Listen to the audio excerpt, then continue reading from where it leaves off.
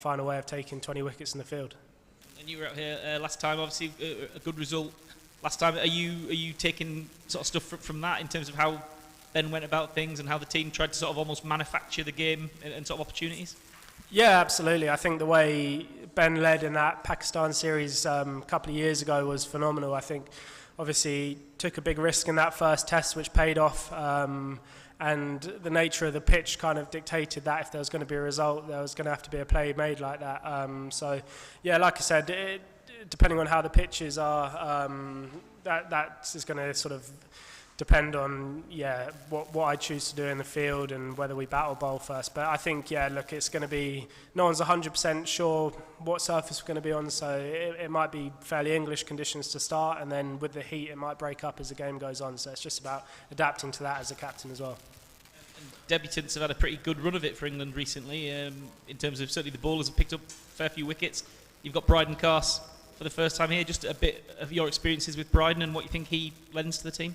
Yeah, to be fair, I've not played against Bryden, and obviously seen him play some ODIs and T20s, but hadn't really faced him. I faced him yesterday in the nets, and I think he obviously offers that extra pace. Obviously, with Mark Wood being out, that's a great option for us to have, and coming out here, we know the pitch might flatten out as the game goes on. So I think the pace he offers and the reverse swing that he can gain potentially as the game goes on is a real handy thing to have in our team. And obviously with the bat as well, he can provide some good lower order runs. So no, he's such an exciting player to have into this team. And yeah, I'm sure he'll go smash it this series.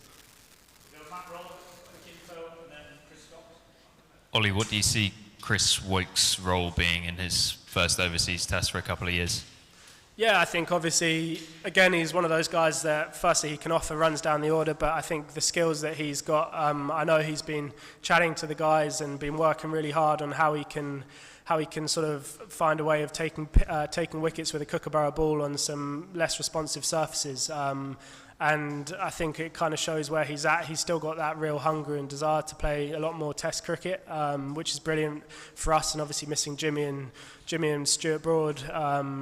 It's a great opportunity for him to kind of fill in that role and use all the skills that he's got with reverse and movement off the pitch as well in those different angles on the crease. So I'm excited for him. It's great for us to have him on tour. He's a guy you always want in your England team, and yeah, like I said, he's been working hard on his game to try and find different ways of taking wickets on different surfaces. Do you think he's a more complete bowler now than when he last played overseas?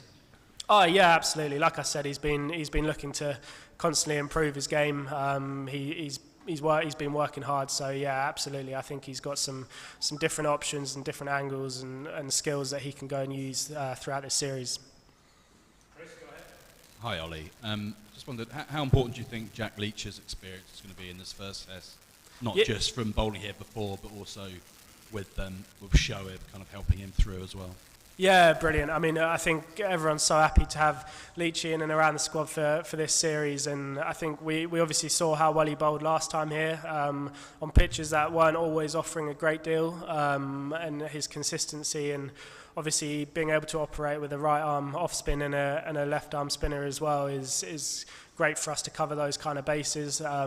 So yeah, and he's worked closely with Shoaib Bashir throughout his sort of Somerset career, and those guys get on really well, and he's been brilliant. Obviously he's tough to miss out coming into this series, but I think the way he's dealt with that has been brilliant, and the way him and Shoaib work together on and off the pitch is awesome as well. So hopefully those guys can really bounce off each other.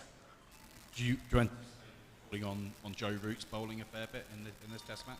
Oh, I mean, obviously having two frontline finger spinners, hopefully not necessarily too much, all being well, and those guys stay fit and healthy throughout the games. But we know Rooty can be a bit of a golden arm as well at times. So if the pitch does flatten out at times and Shoaib or Jack Leach need a rest, then Rooty's a great guy to lean on and chuck the ball as well for a short spell too.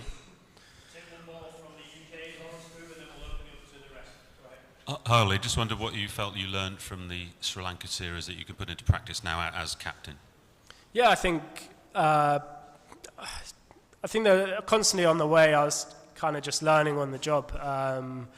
I think there was obviously a lot spoken about how I managed sort of scoring runs and captaining the side, and then sort of seeing different. We were in all kind of different situations. Obviously, lost that last game, and played some really good cricket, but then obviously won the first two. So I think looking back, there's things I feel like I did really well throughout that series, and other things I can tighten up on as well, which I kind of leave in the changing room.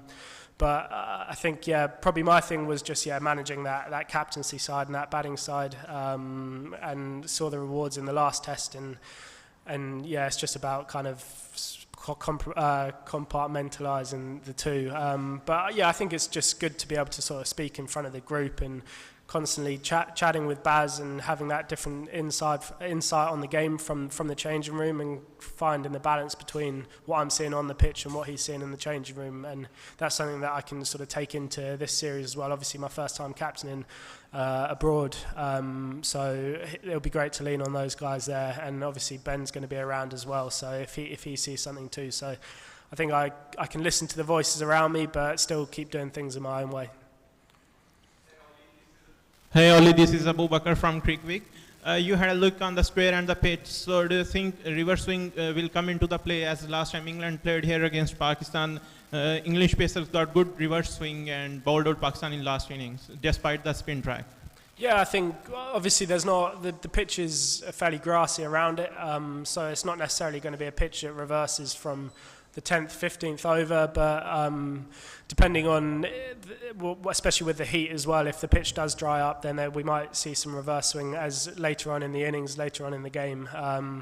But at the minute, it doesn't necessarily look like it will reverse loads at the start, but obviously playing in near 40 degrees, so those conditions could change throughout the week, and that's just something we're going to have to adapt to on the way. Behind you, go ahead. Hi Oli, this is Abdul Hanan from Girdapesh. So I have a question that in last time when you came, James Anderson was part of this squad, and he was a very, very experienced campaigner for you throughout his career. So now he is not in this side. So how this will affect as a bowling unit to you, because inexperienced bowling unit needs a leader. So one question is that, and you being Stokes, when last time came here, he had a very good record here, and you are now the captain of the team, so how we will cope up this pressure now? Yeah, I think firstly, obviously, Jimmy did an amazing job when we were last out here. The way he bowled was phenomenal. The control that he provided us as a team, and the skills with his reverse swing bowling were brilliant. And of course, any side was going to miss Jimmy Anderson, but at the same time, we've obviously seen this summer that guys can step up and fill in for him. Obviously, as we were talking about Chris Wokes just now, obviously the skills that he's got, they're probably operating at a fairly similar pace, but he's been working hard on his skills, so he can step up and be that real leader of the attack. And then we've obviously got Gus Atkinson off the back of a really hot summer. A bit of extra pace with him and Bryden Cast too. So I think we've got the skill set to fill that gap that Jimmy's left. Obviously, it's never going to be easy, but it's going to be a great opportunity for those guys to learn and to bowl in some different conditions as well, and use their pace and their skills too. Hi Oli.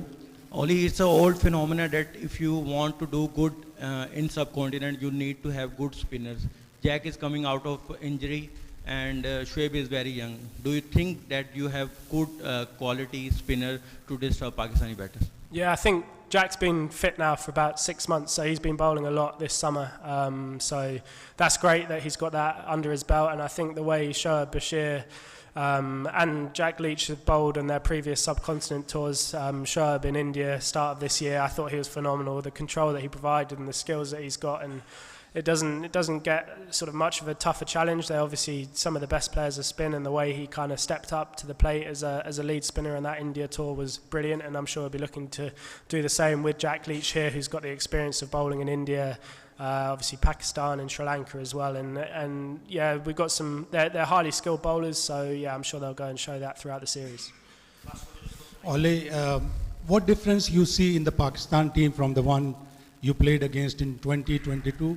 Other than that, they have 2 Australians in the backroom staff and an Australian curator.